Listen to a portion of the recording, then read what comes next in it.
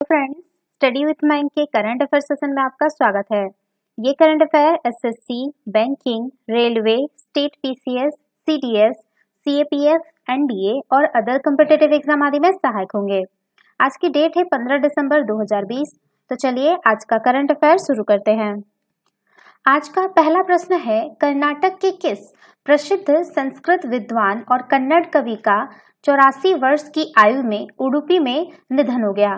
Option A Vananjay Govindacharya, option B Acharya Kishore Kunal, option C Acharya Rameshwar Jha, option D Acharya Vishwabandhu Shastri.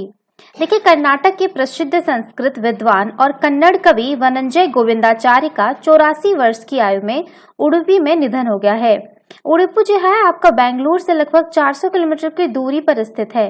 3 अगस्त जो है आपका 3 अगस्त 1936 को जन्मे गोविंदाचार्य वेद, भाष्य, उपनिषद भाष्य, महाभारत और रामायण जैसे महाकाव्यों और पुराणों के ज्ञान से पारंगत थे। उन्होंने अपने नाम में करीब 150 पुस्तकें और संस्कृत व्याकरण के करीब 4000 पृष्ठ लिखे। तो इसका सही आंसर होगा ऑप्शन ए वनंजय गोविंदाचार्य। चलिए नेक्स्ट क्वेश्चन पे चलते हैं। अंतर्राष्ट्रीय तटस्थता दिवस निम्न में से किस दिन मनाया जाता है?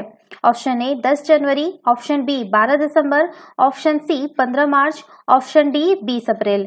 देखिए, संयुक्त राष्ट्र द्वारा प्रत्येक वर्ष जो है आपका 12 दिसंबर को जो है अंतर्राष्ट्रीय संबंधों में तटस्थता के महत्व के बारे में सार्वजनिक जागरूकता बढ़ाने के लिए जो है आपका राष्ट्रीय तटस्थता दिवस के रूप में मनाया जाता है।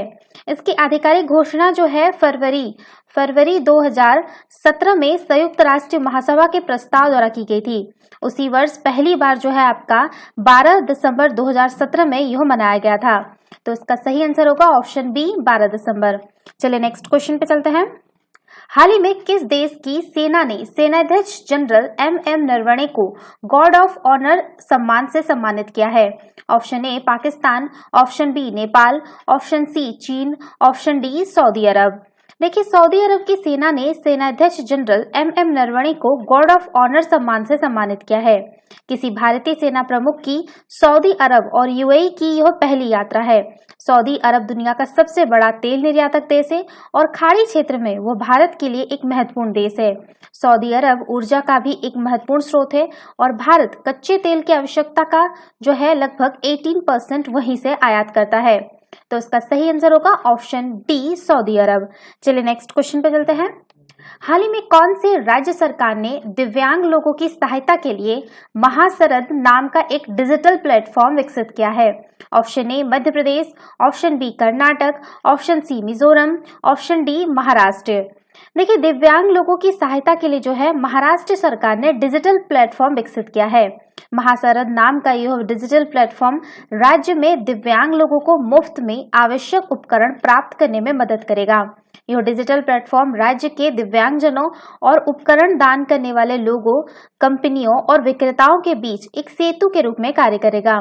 दिव्यांगजनों के जीवन को सुगम बनाने के लिए आवश्यक आधुनिक उपकरण जैसे ब्रेल किट, श्रवण यंत्र, कृत्रिम अंग और बैटरी से चलने वाले व्हीलचेयर आदि सभी बाजार में उपलब्ध है, किंतु इन उपकरणों को खरीदने की क्षमता सभी लोगों के पास नहीं है, जिनके कारण प्राय आर्थिक रूप से कमजोर वर्ग के दिव्यांग लोगों को दैनिक जीवन में बाधाओं का सामना करना पड़ता है। वहीं दूसरी ओर देश भर में कई संगठन, निजी कंपनियां और उद्योगपति ऐसे हैं जो इस प्रकार के उपकरणों को दान देने के इच्छुक हैं। ऐसे में इन दोनों प्रकार के लोगों को एक साथ एक मंच पर लाना आवश्यक है। ज्ञात हो कि महाराष्ट्र सरकार के इस डिजिटल प्लेटफॉर्म पर प्राप्तकर्ता के रूप में केवल महाराष्ट्र के दिव्यांग लोग ही पंजीकरण करवा सकते हैं, जबकि दानकर्ता के रूप में यहाँ पर देश भर से कोई भी व्यक्ति अथवा संगठन पंजीकरण करवा सकता है। तो इसका सही आंसर होगा ऑप्शन डी महाराष्ट्र। चलिए नेक्स्ट क्वेश्चन पे चलते हैं। भारत में प्रतिवर्ष राष्ट्रीय ऊर्जा संरक्षण दिवस कब मनाया जाता है? ऑप्शन ए 10 जनवरी, ऑप्शन बी 23 जुलाई, ऑप्शन सी 14 दिसंबर, ऑप्शन डी 30 अगस्त। देखिए, भारत में जो है आपका 14 दिसंबर को राष्ट्रीय ऊर्जा संरक्षण दिवस मनाया जाता है।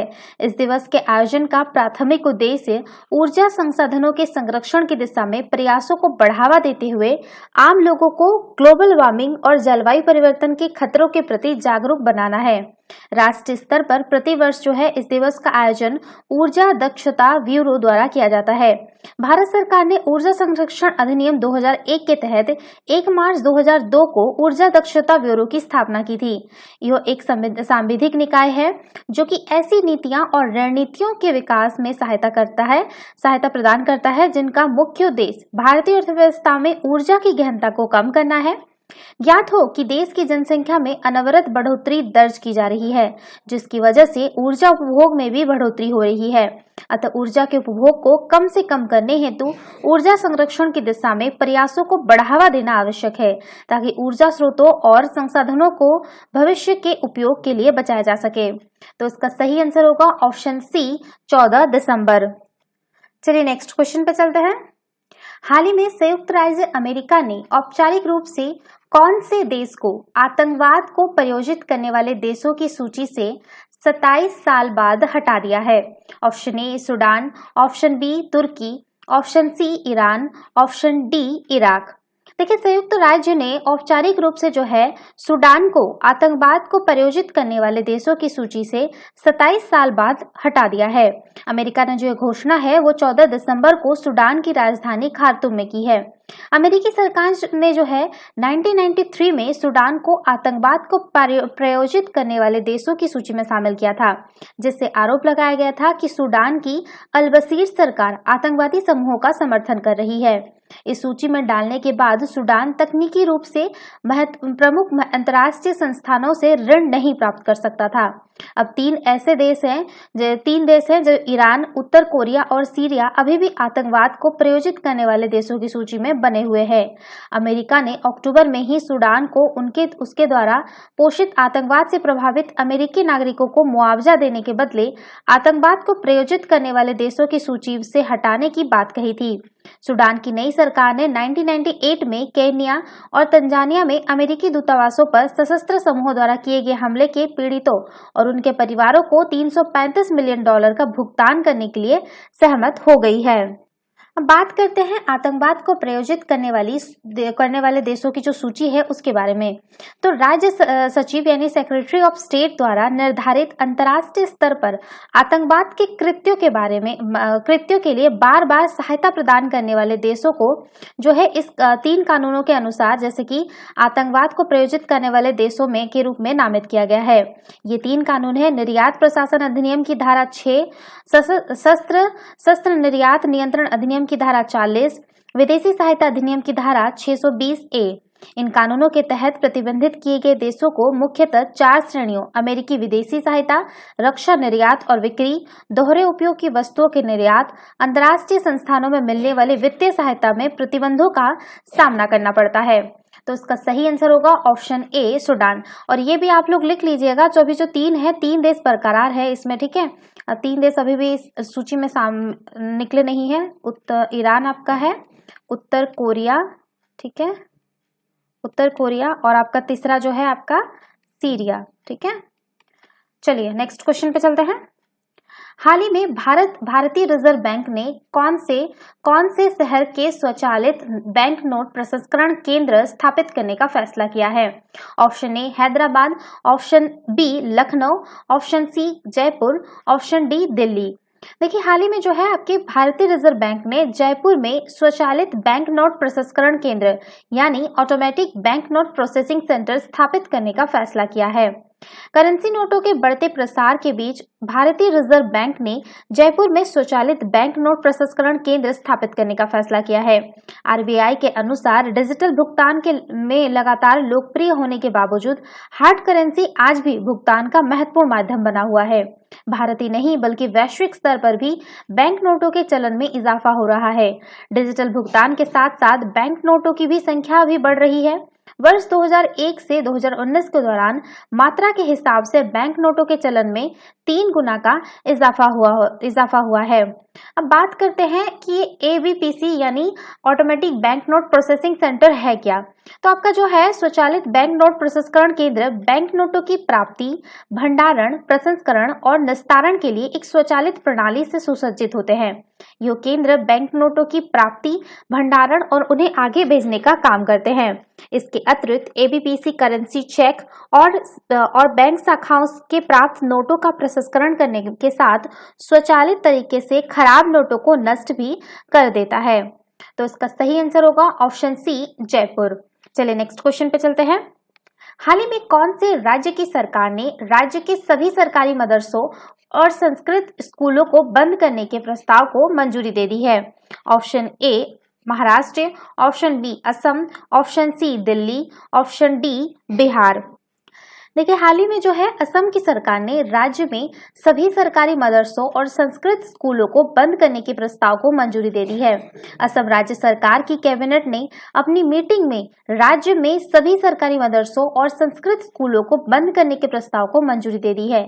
इस संबंध में असम सरकार विधानसभा के आगामी शीतकालीन सत्र में एक विधेयक पेश करेगी। इसके माध्यम से मदरसा और संस्कृत स्कूलों से जुड़े वर्तमान कानूनों को जो है निरस्त कर दिया जाएगा। ऐसा माना जा रहा है कि राज्य सरकार के उक्त निर्णय से असम में लगभग जो है आपका 600 मदरसे बंद हो जाएंगे। इन मदरसों में असम सरकार आधुनिक शिक्षा प्रदान करेगी। मदरसा शिक्षा बोर्ड को भंग कर दिया जाएगा और सभी राज्य संचालित मदरसों को उच्च विद्यालय में परिवर्तित कर दिया जाएगा। तो इसका सही आंसर होगा ऑप्शन बी, असम। चलिए नेक्स्ट क्वेश्चन पे चलते हैं।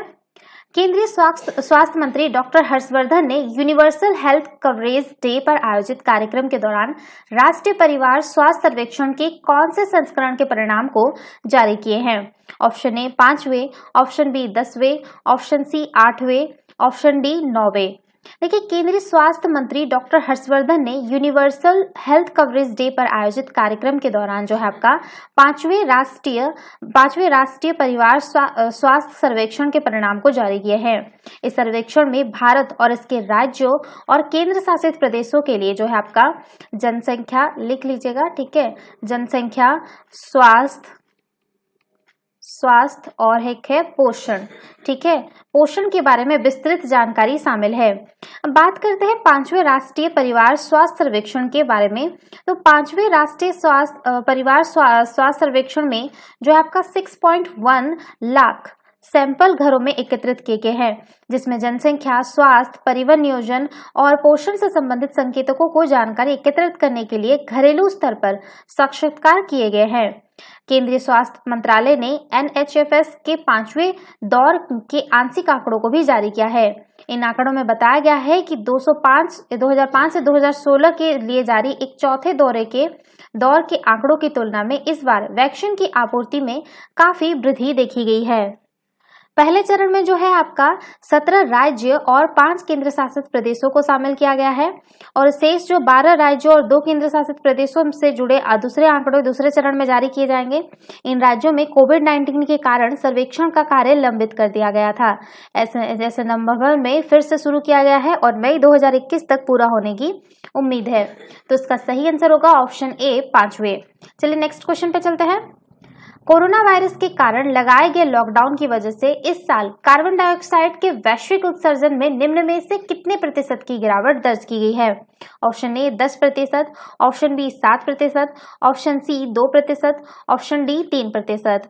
देखिए हाल ही में जो है कोरोना वायरस के कारण लगाए गए लॉकडाउन की वजह से इस साल जो है कार्बन डाइऑक्साइड के वैश्विक उत्सर्जन में आपका 7% की कमी दर्ज की गई है। General earth system science data में प्रकाशित अध्ययन के मुताबिक उत्सर्जन पर नजर रखने वाले 1 दर्जन वैज्ञानिक के आधिकारिक समूह ग्लोबल कार्बन प्रोजेक्ट ने गणना की है कि 2020 में विश्व में जो है आपका 34 अरब मैट्रिक टन कार्बन डाइऑक्साइड का हवा में उत्सर्जन होगा। यह 2019 की तुलना में कम है, जब 36.4 अरब मैट्रिक टन कार्बन डाइऑक्साइड का हवा उत्सर्जन हुआ। तो इसका सही आंसर होगा ऑप्शन बी, 7%। चलिए नेक्स्ट क्वेश्चन पे चलते हैं। तो ये थे आज के करंट अफेयर। वीडियो पसंद आए तो लाइक, शेयर और कमेंट करना ना भूलें, साथ ही साथ चैनल को सब्सक्राइब करना ना भूलें। Thanks for watching, have a nice day, take care.